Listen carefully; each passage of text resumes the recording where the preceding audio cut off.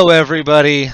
Welcome to the GM's Lost Whiskey, the podcast that creates a safe place for both GMs and players alike. So come, I must tourniquet. Cheese Lost I got Tourniquet. too excited. I'm League of Whiskey. Comes it down at the table at us, and let's start talking everything role-playing game. Um, so today we kind of decided that we wanted to start a kind of series. It's not going to be something that we do every week from this point out, but something that um, is going to. It's a very big topic that I think a lot of GMs deal with on a very regular basis. Um, it's GM versus player. If you go all the way back to the very beginning of Dungeons and Dragons, this was the mentality. This was the way that the game was thought to be played. Um, you go look at like the Tomb of Horrors. It's very much Gary Gygax versus everybody playing the dungeon.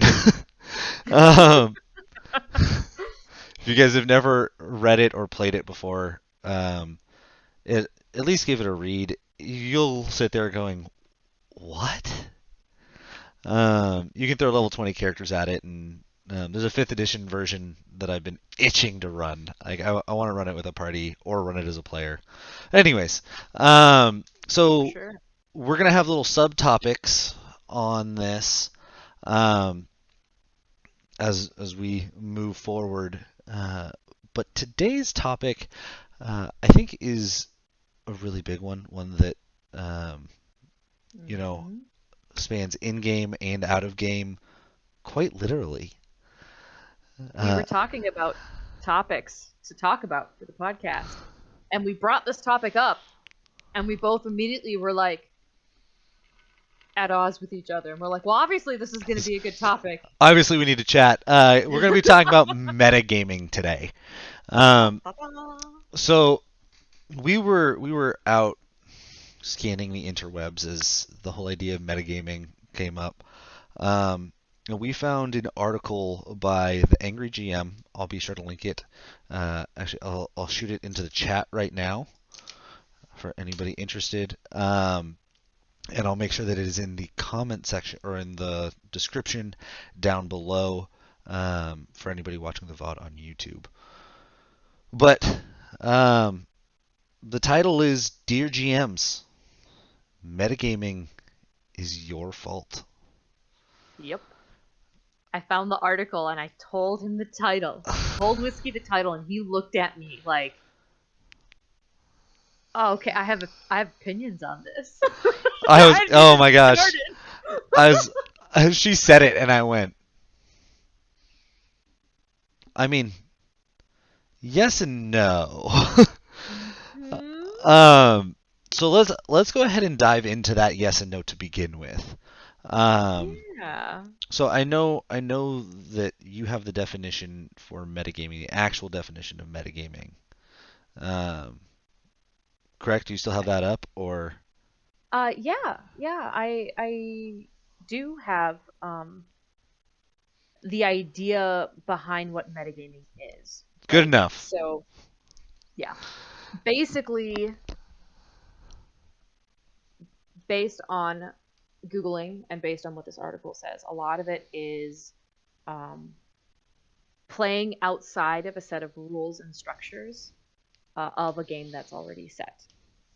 Or you um, So a great example of this that they actually use in the article is in Magic the Gathering. mhm. Um, you build your decks for strength. Um, in a sense, that's metagaming, because you're building using outside knowledge in order to create something that, if you really think about it, you're a sorcerer casting spells. Like, Mhm. they're not going to have access to some of the things that we play with. Um, Or even knowing what decks do better against other decks. yeah, and I I think would say it's a form of metagaming as well. that's actually brings up a really great transition that I was going to have.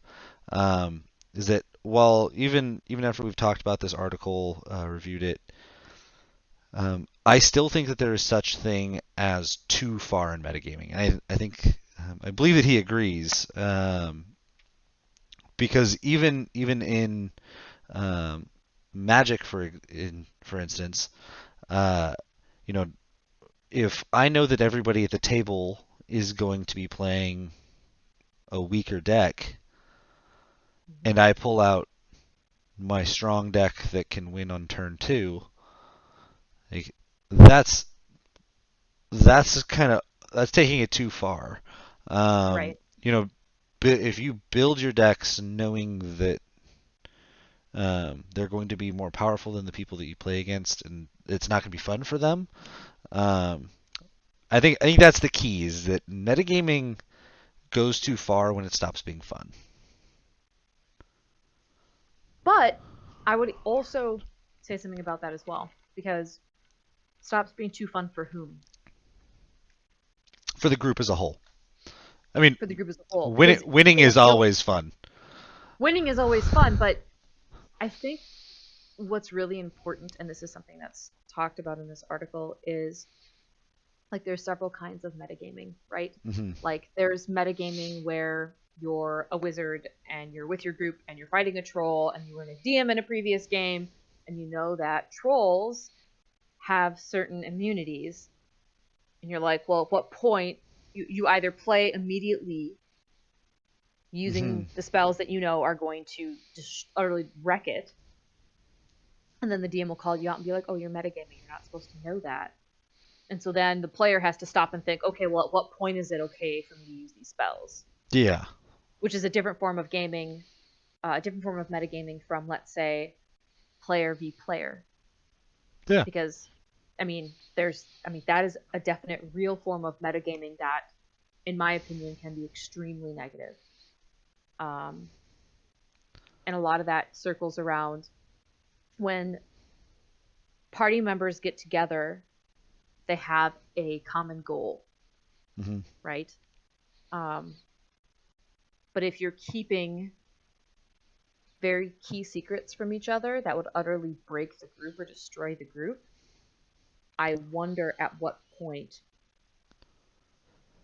like, is that a Yeah. form of metagaming? I think I have a lot of opinions on players keeping secrets that they have no intention of ever sharing. Um, Mm-hmm.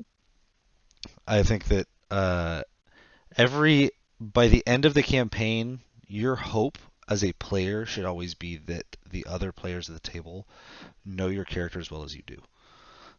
Mm-hmm. Um, so uh, I've played in campaigns where we've been told this is your secret, and if you take it to the end of the campaign, you did it.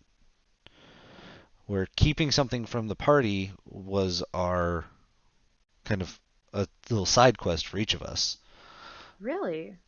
and like for it, one made us, like, we as players knowing that, metagamed. Like, there is such thing as unintentional metagaming, which is just something that we naturally do as people. Right. Um, that we have knowledge, no matter how hard we try. Either we're going to use it in some small way, or we're going to go way too far the other way. Like Mm-hmm. we're never going to be the same after the knowledge is given. Um, Right. so we all know we're hiding things from each other, which makes the party distrust each other. Um, but it's also the idea. So I've played in that, and then I've played with Per. Per came Mm-hmm. in keeping something from the whole party, Mm-hmm. and but I intentionally played Per where he's a master manipulator, but I wasn't subtle about a lot of my manipulations. Like, everyone went, okay, like, yeah, we agree with you, but we also know that you just manipulated us to get there. Like, Right. so I'm But saying I'm ignore. saying that there's a difference Right. between um, trying to hold on to something, and being willing and encouraging those secrets to go out. Um, Right. and and I think that the toxic form of metagaming is metagaming that turns, or at least in D&D, because I think that every game metagaming should be seen differently. Uh, the toxic form of metagaming for me is something that turns players at the table against each other, Right. with some stipulations that we as GMs Hmm. need to be more forgiving of it. Okay. So Because when we have the you tools to deal with it. And people who get angry about it, in my opinion, aren't using those tools. now when you say people, do you mean DMs or players or GMs or players? GMs, because Okay. is I was gonna say like players don't have a whole arsenal, yeah, it's right? GMs have, like, I think a part of this article is, metagaming is built into every game. Right. It is that's the nature of the game, Yeah, of anything, is that there will be a metagame. and it's built into D&D too. And Wizards of the Coast kind of knows what they're doing. They've been doing it a long time. Mm-hmm. Um, I think the big thing that comes up for me whenever it comes with dealing with metagaming, because it happens at every table where you're sitting there and you know the rogue goes to go do something. Mm-hmm. Stealth just creates metagaming. Unless you're going to just sit there and pull the rogue away every time he wants to stealth and do something, stealth just creates a metagame, because now every player at the table knows that the rogue has stealth and an idea where the rogue is. Whereas But the normally they characters wouldn't. don't. But the characters don't. Exactly. Right. Okay. Um, so, the rogue goes off to go do something, and it, they're rogues. Suddenly, Yeah. the fighter is like, "Oh, I'm gonna go check the museum that the rogue just stealthed off to, and nobody knows where they actually are." Yeah. Or And they I'm gonna. happen to randomly check because, yeah. So there's, as I was reading this article, or talking with Lost about this article, Um, we found it very shortly, and I was like, "You read faster than me, go!" Um, I, as she was telling me about it, I was honestly kind of getting frustrated, and I was holding on to this until you and I could chat, um, I see that. because I'm this is this is something that, like, as we were talking, every time that we would talk about the scenarios, Hmm. and people getting angry at each other for, well, the rogue going, "You wouldn't know that I was there." Hmm. Well, guess what?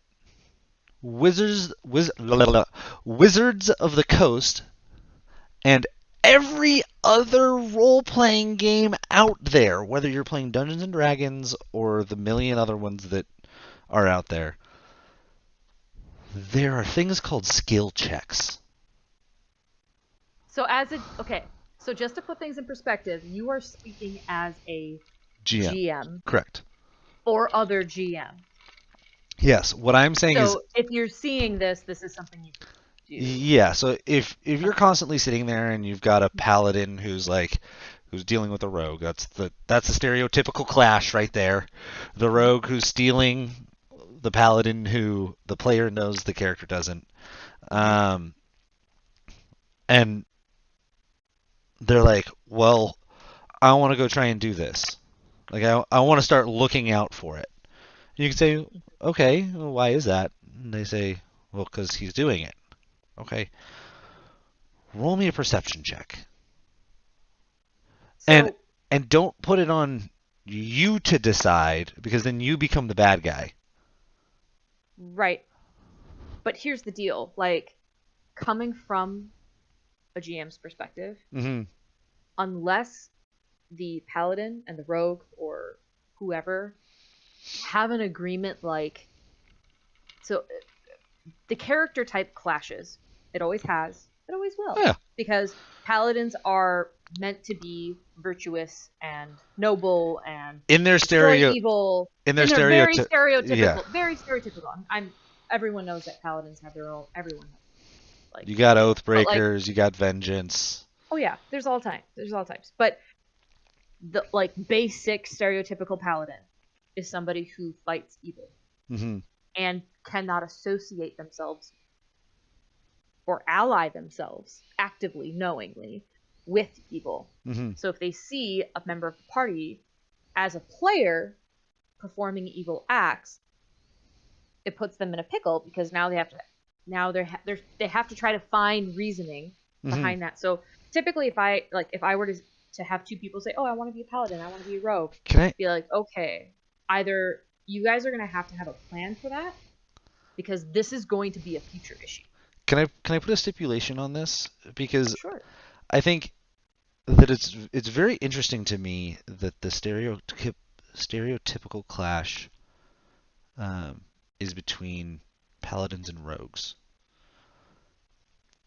When paladins and warlocks should be Right? the players that butt heads the most. And I think that the reason for that is because everything a warlock does is above board. Like everybody knows that it's happening. Mm-hmm. Rogues do sketchy things with the intention of nobody knowing, Mm-hmm. um, and thus creating the metagame issue. Mm-hmm. Um, Or that at least that particular form. Yeah. yeah. Um, so it's something that yes, I think that needs to be discussed at the table. It's Oh, I I'm, would say before first but session because it's going to come up multiple times. Like, unless you know like well yeah unless you know that like maybe the rogue is running a more um like a good rogue like you can be a good rogue. Vaxel Dawn, great example of a good rogue. wonderful man. Um, but you know, you still have the like you can still have those moments. What's coming to mind is uh, in the Vox Machina Battle Royale where Vax is just nobody's seen him on the board because everybody's against each other and he's just sitting over there texting Matt. And part of me is like, I could get it. Like this isn't fun for me to watch. And I'm assuming it's like it's frustrating for Matt. You can tell Matt is getting frustrated by it. You can tell other people at the table are like, dude, What's happening? Yeah. yeah, And I know, and that goes back to what you had said previously is when the players are no longer having fun is when metagaming becomes an yeah, issue. Now that could be it could be that in that particular scenario that was something that both Matt and Liam had decided like hmm, this is how we're going to do it and that's what it is. yeah. Um but I don't think that that's necessarily metagaming. I don't know if that's a really I don't know if that's really metagaming. To me, It's metagaming would well be that was like they all know. The frustrating thing there is Matt is actually the one metagaming, which is very interesting because I normally would say the DM's job is to metagame, but it's yeah, yeah. yeah, You it's said the but exact opposite before this podcast well, started. Let me tell well, you. being in a battle royale situation where it's players versus players is a very unique scenario because Matt, being the only one who has the information and knowing that in order for things to progress, Liam needs Mm-hmm. to show up. So he Mm-hmm. finally kind of, says, "All right, you've been seen." Um, Right. so Not to provide spoilers or anything to anyone. well, he gets seen. I'm not saying who wins and who loses, but somebody's a Circle of the Moon druid at level 20. So there's Wow. that. um, Wow. she totally loses. Keela totally loses. Anyway, I'm gonna after this podcast, I'm gonna be like, dude, what the hell? Like, what are you doing? No. Um, Spoilers. spoilers. It's all This spoilers. this is I'm saying spoilers for what I just said. To be fair, though, the first campaign has been out for several years, so Yeah, if you guys have had time. yeah, not that either of us have finished it, but I'm most of the way through it. Um, No, but what I find interesting is, I don't know. I think like in that situation, like that situation is fine in and of itself. But one thing that I really want to emphasize is that metagaming is metagaming in the traditional mhm. definition. You will never not have a game that has metagaming in it. And to this author's credit, You will the article always that have games with metagaming in it. period end Yeah. of story. And to the author's credit, he provided some very well done examples. For example, um, you would never expect a jury in a court case that's a murder case. They're like, oh, here's DNA of this man or person, whoever, that killed them, but it was obtained illegally. So don't look at that, even though it was talked about in the case and brought up. Now, as people, as much as I would love to say people can totally just disregard that and look at all the other facts, it's not the way humans work. Humans are going to look at the facts in that light. And whether they have the knowledge, now they have to know what to do with that knowledge. I think I That's think metagaming. Like that's what it is. That's a I beautiful example of it. I think a really solid example of this in game is something that's happened in my campaign, in my Mm-hmm. Sunday campaign. The waste owners. Uh, I said, I gave them circles on a map, and I said, things are happening kind of in this area. Um, I They still knowing that things would be, where they need to go is the center of that, right. and like it's like the map that they were given was someone kind of pointed at it and said this like these areas ish, Mm-hmm. whereas the map that I gave them had the exact map, like the exact coordinates. Mm-hmm. Because virtual tabletops. Um, so they are now looking at a map going, we're going there, like to that specific spot on the map. And I'm like, Mm-hmm. well, you guys have a general idea. It's like, doesn't really matter because they're going to that spot. I'm like, okay, I could. Now you could metagame the metagame and be like, you could point out that spot, say it's in that area, but have it actually not be at that spot. Oh yeah, and I could, but I also want them to get on with the story as opposed to wandering around for an hour. True. Um, so, That's true. That's fair. and I think that's a good example of the fact that sometimes we as DMs use metagaming to our advantage to Mm-hmm. help people have fun. Like, True. because you know, if we're constantly, you know, wandering looking for the spot on the map, Mm-hmm. well, that can suck. Mm-hmm. uh, Mm-hmm. so, yeah, I definitely think that it can be a good thing. On the converse side, I would like to ask though, how far is too far? It's To always the what question. point? To what point is it just beyond? Not even just for DMs, but for example, as a player, I can find it excruciatingly difficult to play with people who take outside information and bring it in. It just, some information is fine. But for example, knowing that I have a secret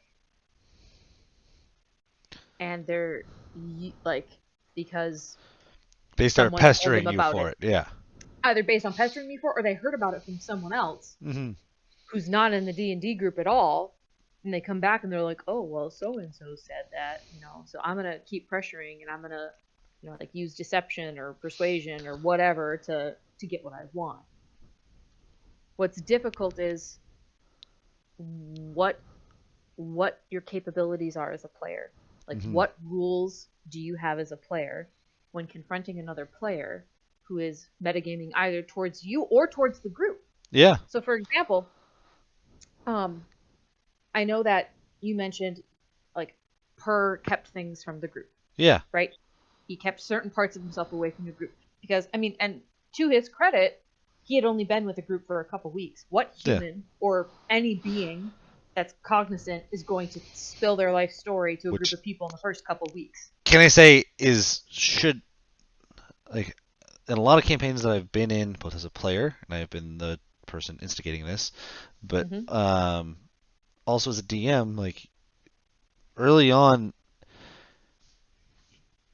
part of the metagame is to keep the party together. Like there True. is, I want to emphasize this. There is good metagaming, and metagaming early, even throughout the campaign, should be. You should always have the thought in your mind. Let's keep the party together. I have been bad at that myself, and I've been good at that myself. But you know, it's something that um, we as players need to do. I myself have been both bad and good, simply because, and this is something that you and I talked about too. I purposely try not to manipulate my players, Hmm. but in doing so, as you pointed out, I manipulate my players. Yep. And what I like to see is organic growth between people, organic growth between the characters that they play in, like, role playing and things like that they discover things about themselves. So for example, say you have a campaign where each person has a piece of the puzzle to take down this crime syndicate, and they have to work together and put all the pieces together in order to succeed. um I would not force players to reveal their puzzle pieces. I would rather have them organically tell the other players, when they're trustworthy or comfortable, what those puzzle pieces are. However, metagaming is also knowing when, for like from the beginning of the game, hey, y'all puzzle pieces work together. Hmm. As a player, to be like, oh yeah, well, now I'm gonna keep mine as a secret, and because of that, the characters, like the group, will either flounder and just flail around, not knowing what to frickin' do because they don't have all the pieces of the puzzle, Yeah. or they fail completely. And so there comes a point where you just have to, I don't know. Yeah. For And me, you have to pause. Like, yeah. But I also think that one sometimes someone keeping a piece of the puzzle for a bit, like I said with Per, like right, being willing to yeah, give it is important. Um, yes, eventually, yeah. if it's important to the plot of, or the overarching theme. Correct. Like, But you know, taking this back to the theme of this series, mm-hmm, I I remember. So one thing that I, as a DM, have been constantly guilty of, and kind of the reason why we have this topic, so that I can share my experience with it, and like my firsthand experience of being this DM, is that I have a tendency to create a me versus my players mentality, um, mm-hmm, because it's my story. I created I've created the layout, and so I want them to go through the layout. I want them to, and not that I really try and push them in any one direction. Like they've got an open world, and I fully honor that. But there's still things I want to see happen. Hmm. Um, and I remember, I just really started figuring out the intricacies of the Wasteowners world, of the story that was being created, as we brought in the two new characters, our Hmm. last two players, because their stories really began to weave exactly what's happening. Um, and so I'm going in, I'm having one-on-ones with players to kind of be like, hey, here's information to kind of like catch you guys up. Um, and I remember it was like session 1 or 2 of having all 6 players sitting down at the table that they just shared everything. And I am as a GM and back here are like, not like everything about themselves, but like all the Right. pieces to the puzzle. They laid it all out, and I am sitting back here going, no, hold on to those for longer. like, But okay, I see what you're saying. I've done the same thing, yeah, straight up. I've told like, and when you see it happen, your heart just kind of breaks a little. yeah. It's just like there's this little like crack, and then the whole thing just kind of like in pieces just falls apart. By the same token, part of me would like, part of me would, when I hear it, I'm like, oh well, obviously you didn't make the overarching plot well enough, or you didn't, when you like, if you have a puzzle or if you have a creature that they're fighting and it only has one issue wrong with it, or they all figure it out immediately, it either wasn't a well-made creature or the players are really really smart. Yeah, and I'll say this. So Like, one of the things that I will say that I've had to learn recently is just because players get it quickly doesn't mean it's the fault of the DM. It's right. not the like like it was something that would really frustrate me about puzzles with my players Really? is they would sit down, I'd give it to them, and they would get it done. And so I started judging how good a puzzle was based off of how long it took them to do. But there's already the accepted thing that they're supposed to get through the puzzle. Like, Well, but it's like they walk into the room, they hear the puzzle, they give the answer, and they walk through. Was kind of what's okay. happening. And like my Okay. goal was always that they would finish the puzzle, Hmm. but I didn't want it to be a 5 minute thing. Right. My goal was always like 15, 20 minutes. Like, sit down, think about it, get some wrong answers out there, and then we're good. Um, Every DM's best laid plan. and Sorry, it's just so real. what ended up happening is I ended up throwing a lot of puzzles at my group. As I'm like, Hmm. I want to find the puzzle that's going to get them. Hmm. And you can already hear the Hmm. mentality that I was getting whenever it came to puzzles specifically. Because I'm going to be honest, puzzles is something that I recently learned about that I've been doing and doing wrong. Anyways, um, not Now, doing when you say, puzzles wrong. I mean, I had that huge mess up with the puzzles in the last episode. But that's not what I'm talking about. I mean, So uh, I wasn't sure. that was a piece of it. But anyways, you know, puzzles to me became a GM versus player. And Okay. because one of the things that I know I said this, I hinted at it earlier, um, is that GMs, no matter what, the GM's job is to metagame. You know everything other than what the players are going to do.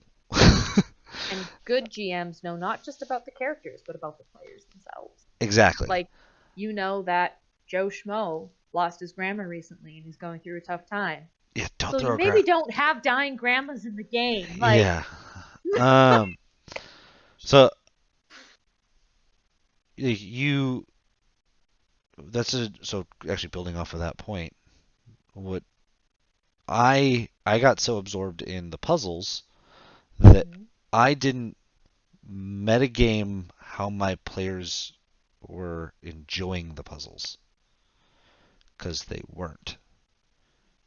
Even good puzzles I would throw at them, they would walk away upset. And I'm like, so I was thinking that, oh, that's me not doing a good job at puzzles when it was just my players not enjoying puzzles. So Uh, it's interesting that you used the way in which you described your action. You used metagame as a verb, and I'm really curious. oh, metagaming is something you do. Um, it's because, well, I'll say that metagaming is both a noun and a verb. I Metagame, was I was like, uh, there's yes, the metagame, which is the whole idea that the game exists, that we're there's another playing, game yeah, outside the game. that we're Right. playing a game, that these characters that we have are imaginary. Like, Right. yeah, it sucks to have a character die, but just nah, whatever. Your Right. character died. Um, and then there's metagaming, which metagaming I think is what you hear has the kind of twinge to it. Like, that's the one with the bad connotation. The Mhm. metagame, like, yeah, don't metagame. Even that's a verb. Um, the noun is something that exists, and everybody's like, yeah, maybe not using that terminology, but um, metagaming is taking that knowledge and using it. Uh, so the DM's job is to metagame, is the act of metagaming, where we have all the information, and our job should, one, to be able to get to know our players and get to know their characters to an extent that Right. um, we can, one, know what they enjoy, because this game isn't about GMs. I It's want you to about have you, fun. but it's not about It's you. about, so your goal as a GM should be to make sure the players have fun. Right. So Hopefully like that is fun for you. right, right. So to further the point, like you mentioned earlier, you had this mentality of like you versus the players hmm because you're GM and this is my story and this is what I want to have happen. And if I need to manipulate these people to get them to go to this thing, so it is about you, but it's also about if the players are liking where the story is going. Yeah, You know, and if the players are like, no, I like you want me to choose to kill one person or kill three people. I don't want to kill anyone. And then you're just like, well, interesting. Okay. so one of the things I've, in talking with members of my party, I've discovered is that they enjoy those situations. The Really kind of moral dilemmas that arise. interesting. Um, more than because they have stakes outside of we just need to get through this room. Well, right. Um, It adds a level of intensity. exactly, and they like that, but they like thing. So, so something that I'm learning and trying to better enact into my GM style for this party Mhm. is that everything that they want to do is to progress the plot. So they're not a party that wants to go talk to Joe Schmo on the side of the street. They're a party that no, we're gonna go, we're gonna get things done, We're gonna like We're gonna go to Walmart. We're gonna get everything that's on the list. We're not getting anything outside the list. exactly. Um, that is the most beautiful way of putting it that I think I could have ever imagined. I got Uh, you. whereas there are parties, and I am one of those players. Yeah, I know your party is like this, and I know I am one of those players that I I love getting distracted. I'm gonna go look at that cool tree. It looks really cool. I'm gonna go look at that tree. Exactly. Hey, I want to I've never hit seen this flower before. I want to hit the gazebo. I wanna hit the gazebo. Yes. I wanna hit the gazebo. Um, It's a real thing. like yeah, I'm baffled at times about just the ways that one there's so many different types of players in role playing Right. games, um, and the way those players interact create the parties. So like we have take my Curse of Strahd campaign that Per is in. Hmm. Hmm. We've got um, two, three people that. So we've got two people that want to just chat things out, Right. two people that want to just run head first into things, and two people that Right. are like along for the ride. Right. Um, and what that, Big party. yeah, 6-person parties. You say big party, but like that's the normal party size for me. It is a big party though. Like that is Yeah, like I would not add more than 6 people. no, I'll never run a game with more than 6 people. It's just too much. Too much. They, I'm in a party with 4 people or with 4 people right now, including me. Um, and I'm like, where's everybody? uh, but like it's very interesting to me that like you have that happen, and then Hmm. the party's play style is formed Right. based off of the different players and how they Right. interact.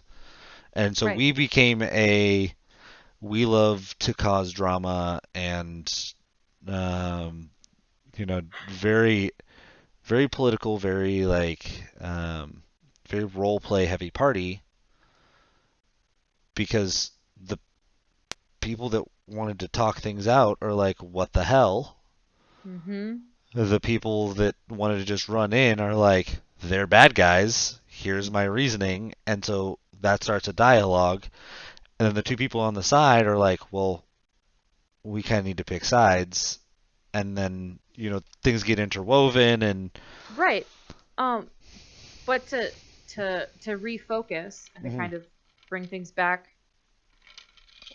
to the center idea, like, you know, at what point is metagaming too far for players? At what point, as a player, do you call out your DM that's metagaming in a bad way?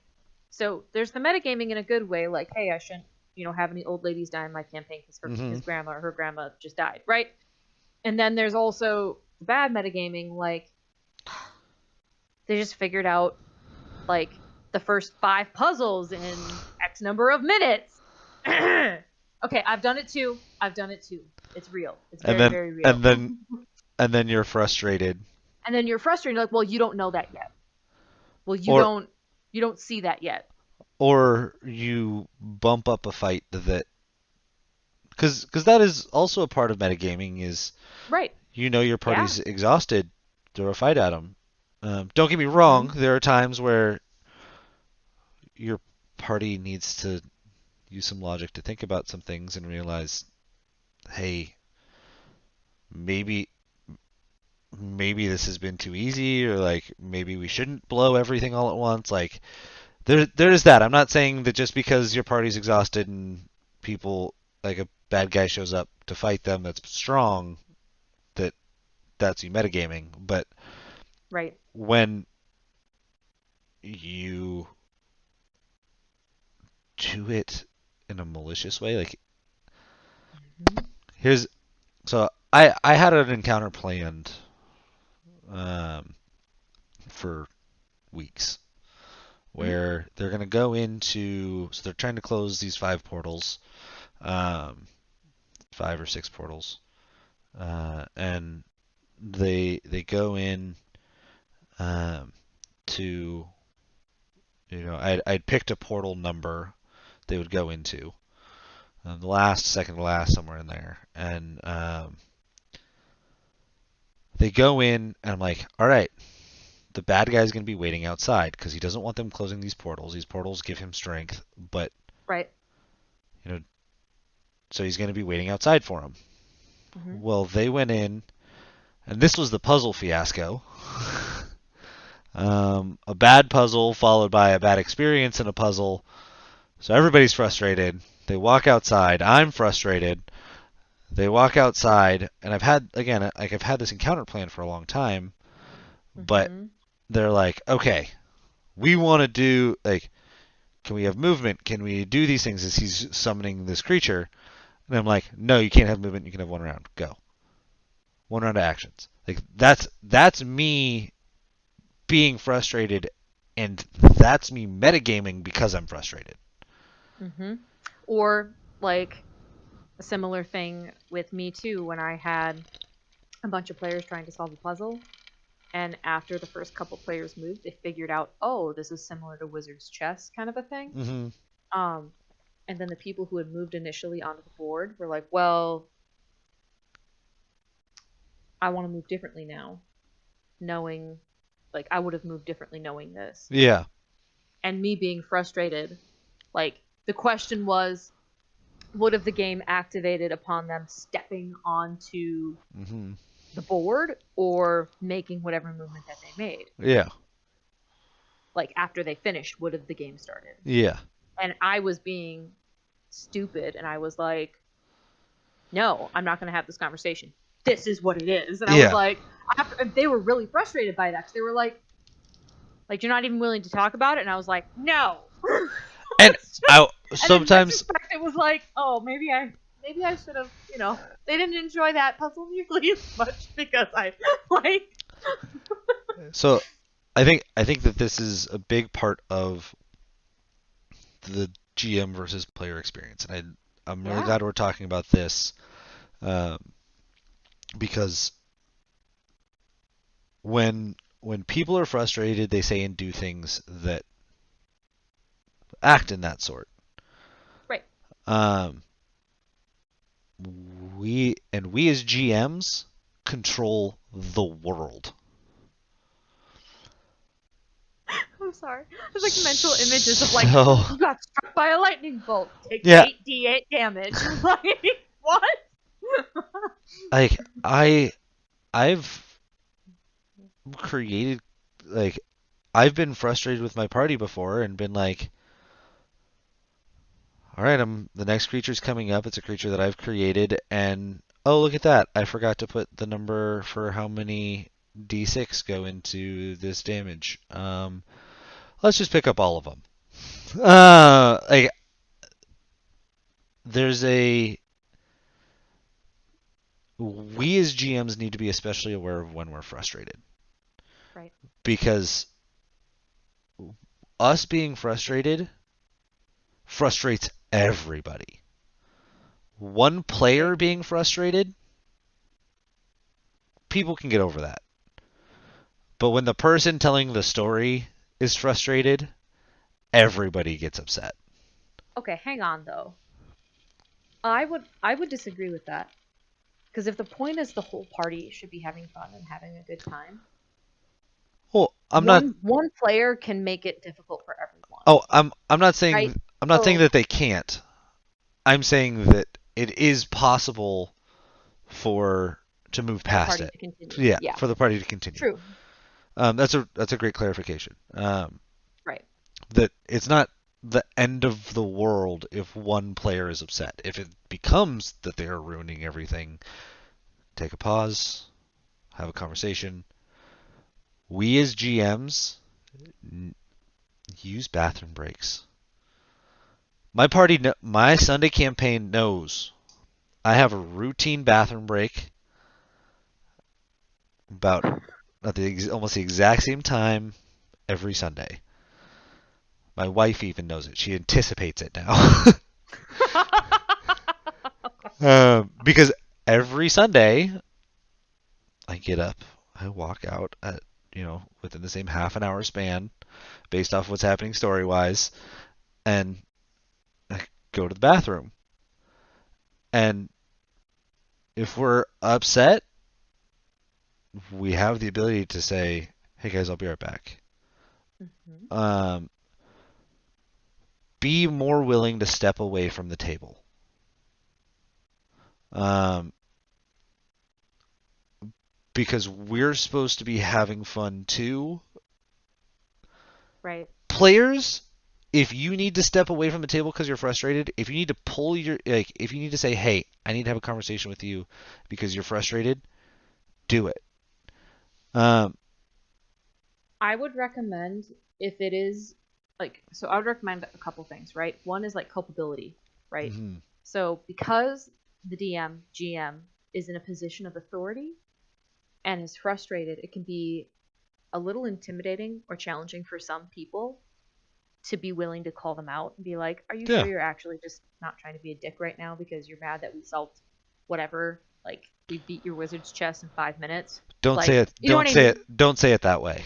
No, don't say it that way. But the idea would be to have somebody as a GM, have somebody in your group that you trust enough that when they give you the and look, and you know what look I mean, or when they even give you the say, look, they're like, let's take a break. Like, yeah. you know, Hey, do you let's need just to say, "Hey, do you need to step away for a second?"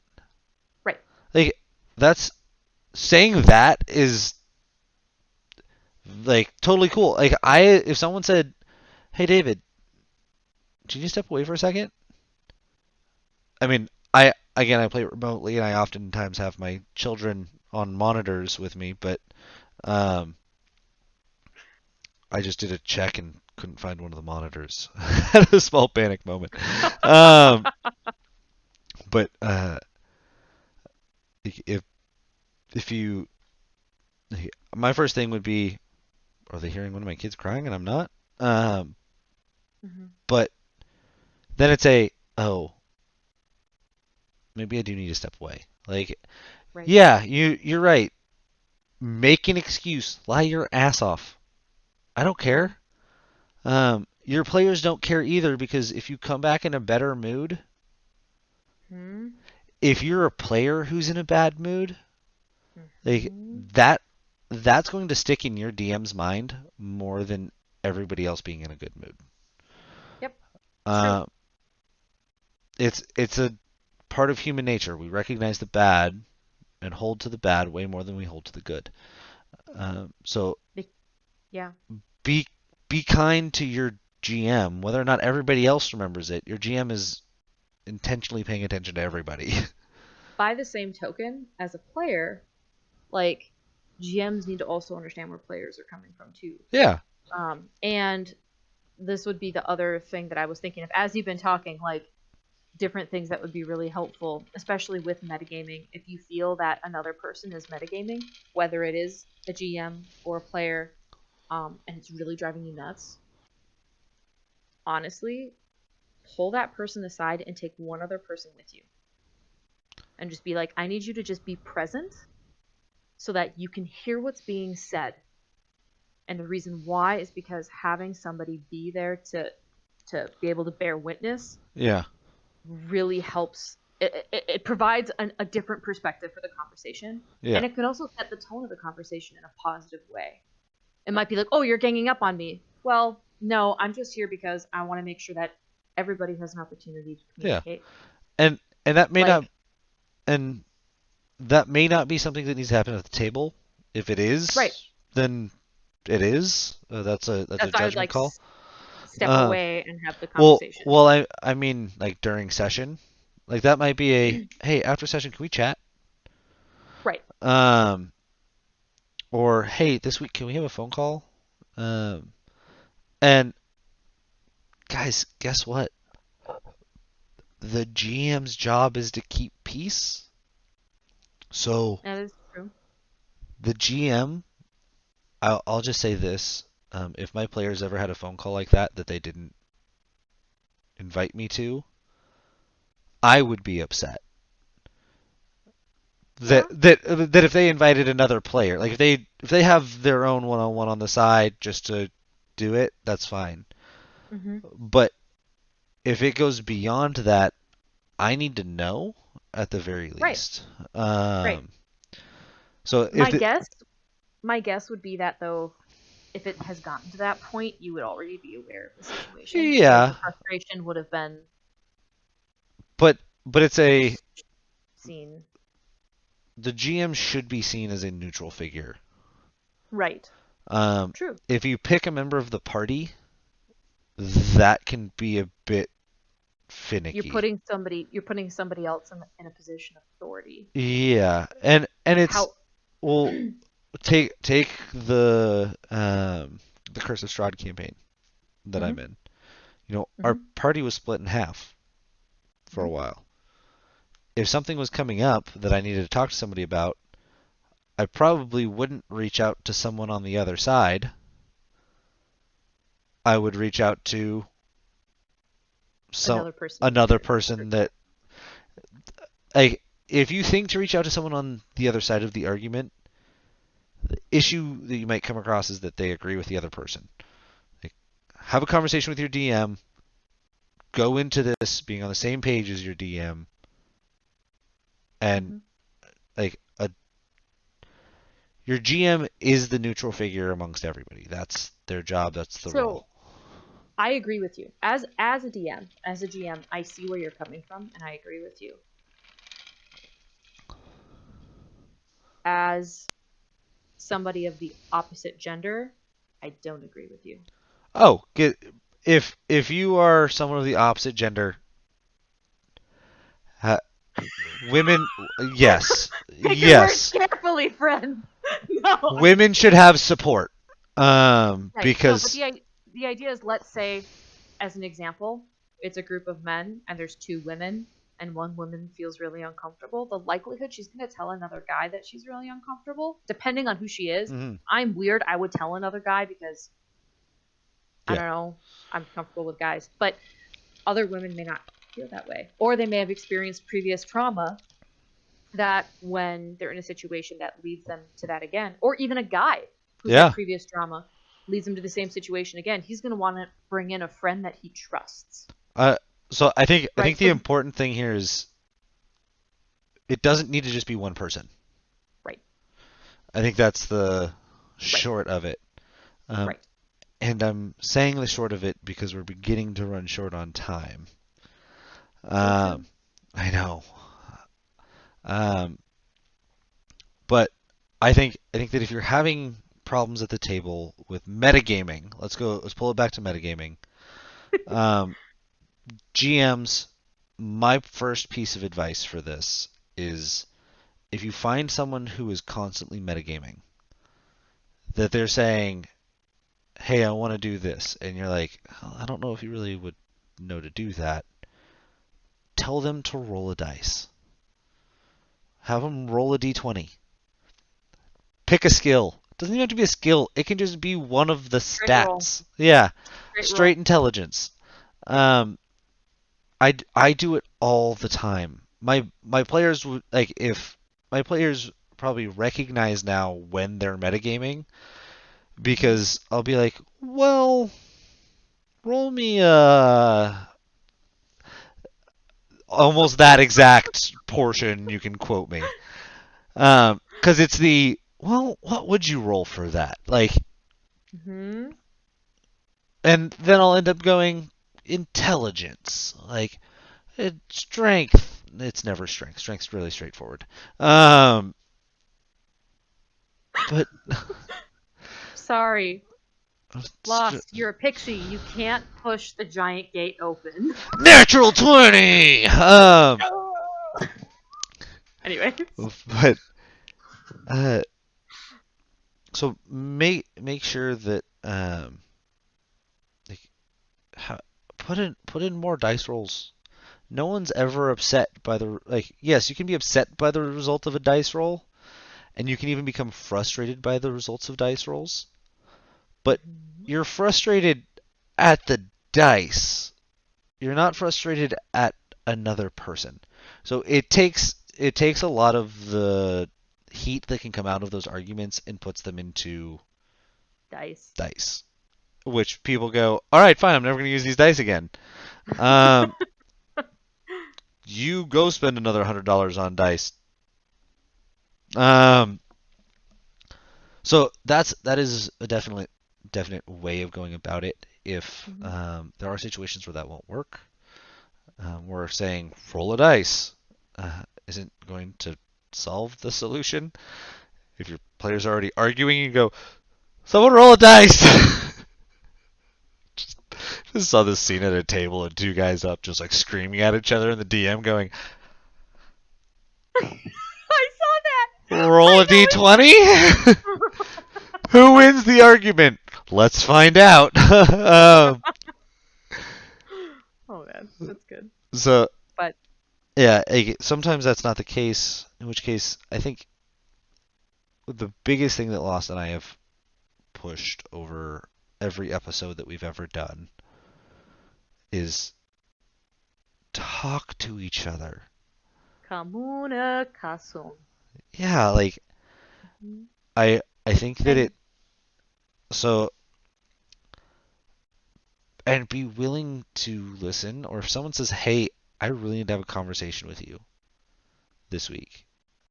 Um, say, "Sure, but is it okay if the GM's there?"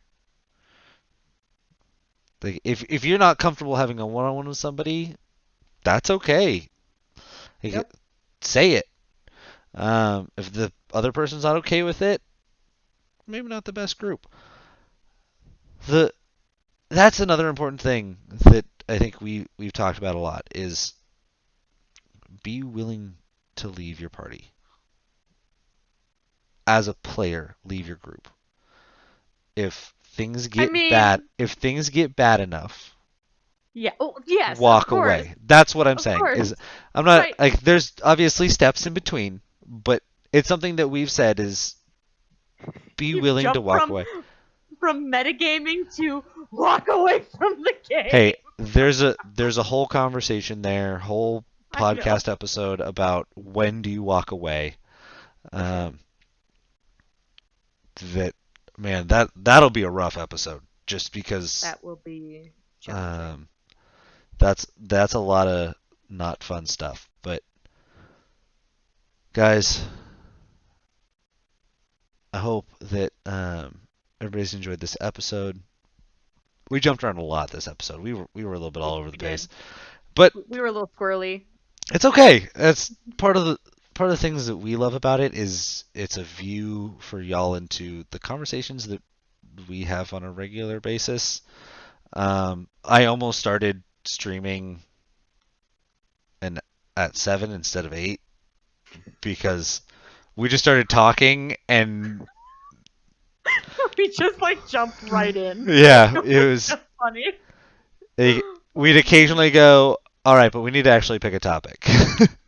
Because in case anybody's wondering, what you see here on this podcast is exactly what an It actual is. conversation between the two of us is like. If you don't believe us, come join the Discord and sit in on one of them because This happens all the time. all the time. Um, but And we guys, talk about, yeah, dilemmas and things. Continue. yeah, like our own dilemmas, our own things. But guys, thanks for joining us on this episode of the GM's Lost Whiskey. If you're watching us live on Twitch, make sure you hit that follow button. Um, if you're feeling so kind, perhaps hit the subscribe button. It's in one of the directions. I think that direction. Hit the subscribe button, which I think is in this direction. Um, if you're really wanting to throw some love, you can add some bits, which are at the bottom of the chat next to the smiley face. It's a little diamond. Um, and that'll also tell you when we go live, For which sure. uh, Honestly, we should have been live last Tuesday, but it was Thanksgiving, so we decided that we would take the week off. So we're here. Mhm. We go live every 2 weeks, or at least every 2 weeks for the most part. We'll be more regular at some point. And the truth hits. uh, um, if We've you're had a lot watching, going on. yeah, it's been a crazy few weeks. And if you're watching us on YouTube, make sure you hit that like button, subscribe Subscribe. to League of Whiskey, which is where this podcast is put every Friday. Mhm. It's a huge help to us. We love getting to see all the people who've come to support us. Um, Mhm. Make sure to check out all of our other podcasts. If there are other videos that you would like us to see, some of the things that we have talked about doing, but of kind of just waiting to see a response from y'all on, are some of our own character builds. Character builds of major characters from fantasy, builds that we have built ourselves. I know in my Discord I've got an entire section that I call David's Crazy Builds or something like that. That Mhm. is people say, hey, build somebody based around this one thing that they're really good at the one thing, and Mhm. I'd be happy to go through and rebuild them or kind of go through my thought process on those for videos if people wanted to do that. Um, have Lost to do the same thing. Kind of give us challenges and we'll make videos out of them. Um, Yep. going And you through can. going Oh, through go ahead. talking about backstories. Our own we've done a little bit on some of our own characters' backstories. We want to hear your backstories. We want to Yes. go through and we'll talk about what we think of them as GMs, what we think of them as storytellers, Mhm. GMs, and as kind of and rate them in a these are the things that rate and review them. These are things that we feel like could be better about it, and these are the things that we love about it. For sure. And if you aren't comfortable leaving a comment or a message or things like that, definitely shoot us an email, jamslostwhiskey@gmail.com. And if you have any questions, just general questions or things like that, you can always leave a comment or shoot us, again, another email. And we also have a Patreon now, which is exciting. So if you'd like to support our show, you can definitely visit our Patreon at patreon.com/GM's Lost Whiskey Yes, forward it goes forward into the future. slash. But Well, I'm guys, lost. and I'm whiskey. Well, that was backwards. I know. I did it on purpose. Ah, she's throwing me off, guys. Have a drink for me, y'all. Don't stop rolling. Peace. God bless y'all. Peace.